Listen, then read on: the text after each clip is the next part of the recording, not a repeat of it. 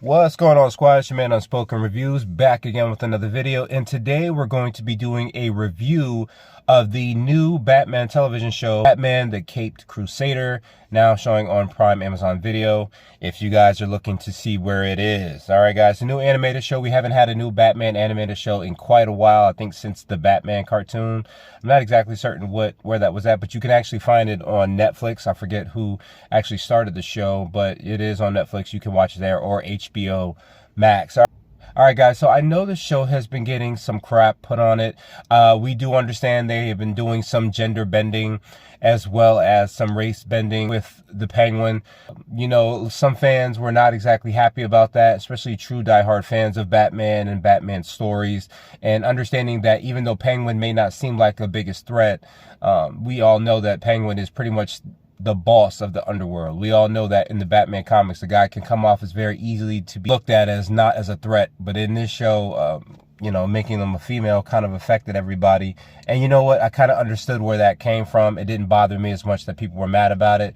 But I will say it was kind of annoying seeing them gender swap like that, knowing that this kind of DEI changes have affected things such as Suicide Killed the Justice League and, you know, a bunch of other different things where we see characters gender swapped or race swapped. It has kind of affected the way comic book fans feel. Despite that, I decided to go in and watch the show and give it a fair chance. I'm probably going to be watching the episodes weekly as opposed to watching them straight through. I don't want to ruin the aesthetic of it. I know some people, when they get these kind of shows, they will just binge through all of them. I like to take my time with shows like this so that way I can collect my thoughts properly, and this way I can talk about it with you guys. But if you guys watched the show and you liked it or disliked it, let me know down in the comments. Like the video. The first episode is called Episode 1, In Treacherous Waters, and this show really acted as opening to what the Batman shows would be about. So I already knew the show was going to have this 40s and 60s vibe. That's kind of what they were going for with the series. It kind of mimics that of the 90s animated series, which that show was one of the best nostalgic Batman shows that have ever been made. If you have never watched them, you're really cheating yourself out. It was, you know, voiced by, you know, the great Kevin Conroy. He did a great job as Batman, has always done a great job as Batman. Unfortunately, time has taken its toll and the great man has passed along, and now the role has been given to another, Hamish Linklater, or Linklater, please excuse me if I got the name wrong, but he will be voicing Batman. So the episode starts off with an individual who's being, you know, interrogated by the Penguin. We don't exactly get to see the Penguin, it's just a shadow. But as these men are trying to move items from one place to another, they're explaining that Rupert Thorne, who is also another mob boss, has been getting hit and been attacked, or his facilities have been attacked for the last couple weeks. And we also get an idea of just the vibe that is set in this show, and it really has that 40s, 60s vibe from the animated series. You see the way the guys are dressed, you see the fedoras, and it kind of really did remind me of the animated series, and I was really happy about that. I really kind of liked that they went back to that, because it really does fit for Batman. I know we always like to see Batman in the modern era, but I do like that they kind of went back a little bit, and it's kind of like it's a continuation, or at least the beginning phases of the animated series. That's what it felt like to me a little bit watching it. But I like that the individuals consider Batman, he is still a myth in their eyes. They bring up the idea that they've heard stories of this individual who's been going out and taking bad guys out, and one of the other guys is like, hey man, that's just a myth, no one's ever really seen him. And of course, you know, Batman drops in, taking them out, and he's taking them out effectively. You know, he's putting them all down fast, as only Batman can do. However, even after he takes out all of them and one of them gets away, he catches that individual. The building and warehouse where the men were loading suddenly explodes, killing everybody. I like that the show does a great job of just already introducing the feel, the aesthetic of the world that we're about to be walking into. It does a great job of setting that up. So at this point, we do get to meet Alfred. It is a little different seeing Alfred in this show, because when we see Alfred, he usually has a certain look. This one is a little bit more thicker. He's a little different than what I have seen Alfred before. Usually we know Alfred as coming from high top missions and stuff like that in his younger years. If I'm wrong, let me know, but I do remember he has quite a past before working with the Waynes. So if I'm wrong, let me know about it, guys. So now we're actually introduced to Barbara Gordon, and I didn't know this, but in this show, Barbara Gordon is a lawyer. She's a defense attorney, which I didn't see coming. I'm not familiar with her ever doing things like that. If she has, let me know. I mean, like I said, I don't know everything in every comic. But to see her as a defense attorney on here is a little different. And somebody let me know in the comments. I know this was kind of produced by Matt Reeves, but let me know, is she supposed to be black in this show? Because I'm looking at her and I'm looking at Gordon and I'm looking at the other characters, and there is a slight color difference amongst the characters. Now, I do know in Matt Reeves, the Batman, you know, Gordon is black. I mean, like, I was just curious about it. It just kind of looked a little weird. Let me know, because sometimes characters can look like that, but then it's like they'll kind of say it's like a tan or something like that. But then I think I saw another character down on the show that had the same complexion, and I was like, okay, so I guess they're going with the Matt Reeves style of Gordon a little bit, the same way they did with in the Batman. So Barbara is working to get somebody off from some charges. We get to meet Dent at this point. He is still trying to become mayor. He's still the district attorney. And, you know, he's still a bit of that douche that we know him to be prior to him turning into Two-Face. He even tries to make a deal with Barbara, and he ends up flipping his coin, which is like a two-headed coin. And which is weird, because even though he's a bit of a douchebag, he wanted her to kind of win that bet. But either way, he felt like he was winning anyway, so it didn't really matter to him whether or not the guy went to jail or got the chair. But it goes to show the different aesthetic amongst the characters, you know, getting an idea who Barbara is, getting an idea who Dent is. Like I said, any casual Batman fan will know who these characters are. So we do get those Batman detective skills that I think that everybody is always expecting of Batman. You know, he ends up breaking into one of the public records office. He finds fire department about the fires and the different explosions that have taken place around the city, and finds out that they were actually listed as electrical malfunctions or electrical fires, and signed Wilford Lee. And he ends up signing off that they're electrical fires. Now, of course, we know, but the way the buildings have exploded, there's no possible way they could be electric fires. So Batman ends up capturing him and hangs him upside down in front of a train in order to get him to answer why he falsified the documents. And of course, the man gives up and admits that it was the Penguin. Now, at this point, we do get to meet the Penguin. Like I said, I know everybody was a little up in arms about the gender bending. And I won't lie, it is a little annoying. We come to the Iceberg Lounge, which is a ship that's on the water. Penguin, same look, same aesthetic, same nose, same build, same height, except that Penguin is now female, and she is singing for the entire crowd, which I thought was just kind of weird. You know, I guess they tried to mix it up to make it a little bit more interesting. But the one thing I will say is that despite this, she's still kind of as vicious as the Penguin that we know in the comics. I'm not at all missing on the idea of that, and we'll get back to that. But we do meet Gordon, and Gordon is now on the ship along with Barbara. They're just trying to fundraise to help the police station and help. So I thought in the beginning stages, the way that the characters talk about Batman, the way that the conversation is with the characters, it seems like everyone has heard about the Batman. And I was a little taken aback and wondering if Gordon had already met Batman or he had not.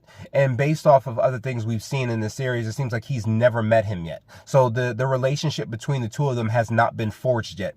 Maybe they know each other, maybe they don't, but this is just the first episode. Maybe later on down the line, we'll see that, you know, they do know each other. But however, based off what I've seen so far, Gordon is talking about, you know, the Batman as if he does not exist, or is questioning whether or not he exists. So I don't think the two characters know each other yet in this series, but I'm excited to see as that relationship will forge, or if it has forged already. So as Alfred does bring Bruce to the Iceberg Lounge, and Rupert Thorne actually shows up to the Iceberg Lounge as well. He confronts the Penguin, and even though the Penguin is trying to play it off like she doesn't know about these explosions and the fact that he was able to survive each one, Thorne kind of lets it off that there is somebody that in her organization that snitched. And the way he does it is he kind of looks at one of her sons named Aaron Cobblepot. Is like, I guess, one of her sons. She has two sons, Ronnie and Aaron. Now, after this, you know, Penguin does take both of the boys down into the kind of like this underground area that Bruce was investigating. Now, she does already know it's Aaron, so she has her lackey end up, you know, covering his head with a mask, throwing him into a suitcase, dropping him in the bottom of the bay. And I was like, wow. And this was that textbook idea of how vicious the Penguin is. We have always seen it in comics as a male character, and I'm glad that they kept with that same vicious aesthetic that we do know the Penguin to have. I was glad to see that was something that stayed in, despite the fact that they gender swapped the character. I just did not want the way they treat the character with Batman any different. I wanted it to remain the same. And that's something that I feel was put here in this moment, but it also didn't translate to when Batman does confront the Penguin. I'll tell you what I'm talking about. Shortly after this, we do find out that Ronnie ends up calling Thorn right after Aaron is killed, or at least seemingly killed. We don't see a body. I think we did see a body, but it's not his. It might have been someone else's.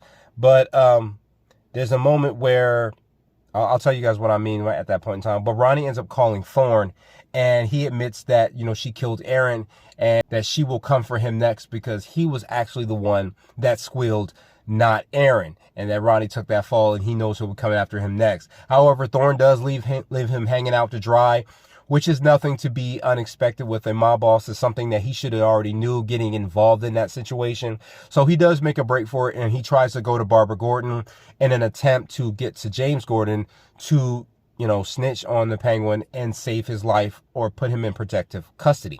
Now, even though Barbara is a little unwilling to help him at first, she gets past that and tries to drive him to the police station. And en route to them doing that, they are attacked by the Penguin, who has found out that Ronnie has gone missing. And I like how we still get a bit of Barbara's skills in this. We do know that this is not Batgirl yet, but the way she's able to do her driving, as well as, hang out the window and shooting back at the pursuers, it really shows that she still has some of those combat skills that we might come to see later on down the line if the show will continue with a second or third season. So it goes to show she can evolve more as a character, and it does show that she is somewhat able to protect herself, which might lead to her becoming Batgirl. So when it does look like they're about to be caught, Batman does engage the bad guys, which I think was a pretty hard hit. We get a first shot at the Batmobile. We don't really get to see inside or anything, but we do get to see how it's built. And the car is still built in the same kind of manner of the vehicles that would have existed back during the era the show takes place in. So during that 40s, 60s vibe, the way the car is built is a little different, but still somewhat the same. He manages to take out all the bad guys, and this is Barbara's first interaction with realizing that there is, in fact, a Batman. Ronnie's giving up all this information about the Penguin, everything that she's been involved in. She is, finding all this information out from Bullock and Flask. And we also, this is another part where we get to find out that, Bullock is dirty in this show. Now, if you've seen any kind of Batman shows or Batman lore, like anything from Batman animated series, it's always been hinted at that Bullock is somewhat dirty in some episodes. However, we do come to the idea that he is not dirty. He's just very much a very strict, no-nonsense cop. And he really is hard on crime. He doesn't like when the law gets in his way of doing things. And that's always kind of made him a bit of a douche. But he's always been a good cop for the most part. I know he's always been a partner to Gordon in the animated series. And I know in the Batman Begins film with Christian Bale, Flask is a dirty cop, but tries to play like he's a good cop. Even though Gordon knows that he's dirty, it's a little different in this show, seeing that these guys are actually dirty in this show. So as the Penguin is getting her and ready to take out the police station, the Gordons are trying their best to evacuate the police station to get everybody out before she fires. And Batman is making his way underwater in the submersible to get to the Iceberg Lounge. Like I said, this is our first shot of the submersible. Looks exactly the way I would expect it to, and I like that as he's going underwater, we do see a shot of a suitcase. Now, at first, I thought that may have been Aaron because it is like a skeletal remains coming out of the suitcase, which doesn't make any sense in that scene because the guy was only thrown in the water about a day ago. There's no way he would be converted to skeleton that fast, which shows that Aaron being put underwater was not the first time that Penguin has done something like this. It's not the first time she's dealt with snitches or problems. So it does give more of an idea of just how menacing the Penguin is. Like I said, we don't see Aaron's body, so there's a possibility he could have survived. I don't know. We might find out later on down the line in the series. So of course we do get our Penguin versus Batman fight, and this is the part where I felt like the gender bending kind of got in the way. If Penguin was a male and we're watching it, it would not surprise me if Batman had uppercutted this out of Penguin and knocked him out. It is something that I have seen in every type of Batman theme, whether or not you're talking about the shows or the games, where he has uppercutted the hell out of the Penguin. And it kind of took away from that because I felt like because it was a woman, Batman obviously wasn't taking it easy on her in the fight, but it just kind of felt like the fight would have been over much faster than I expected. It would have ended much quicker, in my opinion. I don't know. Maybe I'm wrong. Let me know in the comments. Or maybe they just drug out the fight to make it look good. However, Penguin does manage to get the trigger for the cannon, and she ends up using her umbrella to pull it. And it does shoot and destroy the police station. However, both Barbara and Jim were able to get everybody out and evacuate before it was too late. And Penguin is apprehended by the police. And this is where Barbara does explain to Gordon that, you know, I have met the Batman for the first time somewhat. And Gordon he doesn't look exactly upset, but he does look like he's not happy about it, because he knows that the type of character that follows the Batman, if he is familiar with working with the Batman, it would make sense that he's a little upset and worried about Barbara knowing him, because he may know his daughter and know that she will dig deeper to learn more about him, which will put her more in harm's way, which is something he may not like.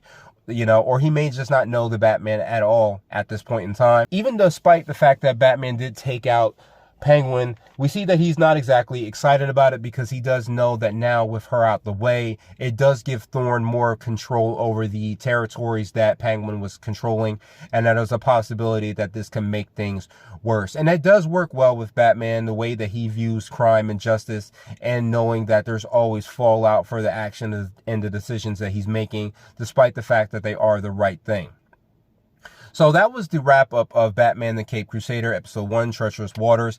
I did still like the episode. It did not do anything that was, you know, when you're thinking of an episode, the first episode, you're thinking of an episode that's immediately going to catch your attention. You're immediately going to be invested. There's going to be like these decisions made by characters that's going to immediately draw you in.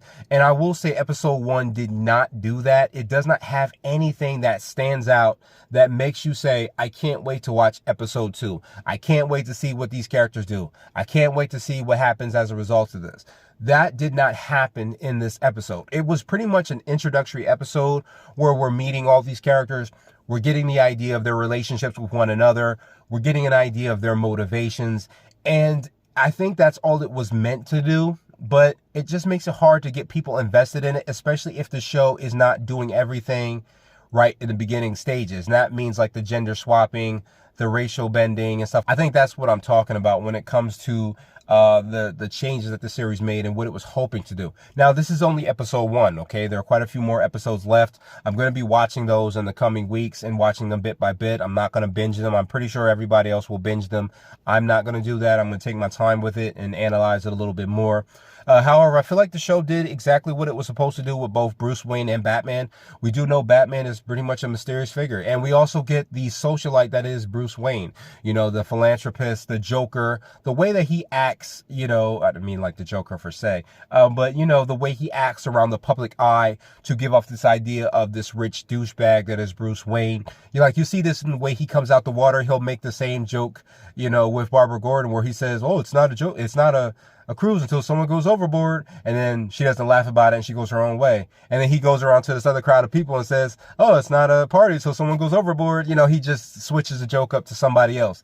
And it's kind of interesting, because that's exactly how Bruce Wayne would act in order to keep up his facade of the character without him giving off that he's Bruce Wayne. Like we all know, Batman is who he really is. Bruce Wayne is just a mask. However, I did still like the show. I did like that we get some type of interaction between Dent and Bruce Wayne.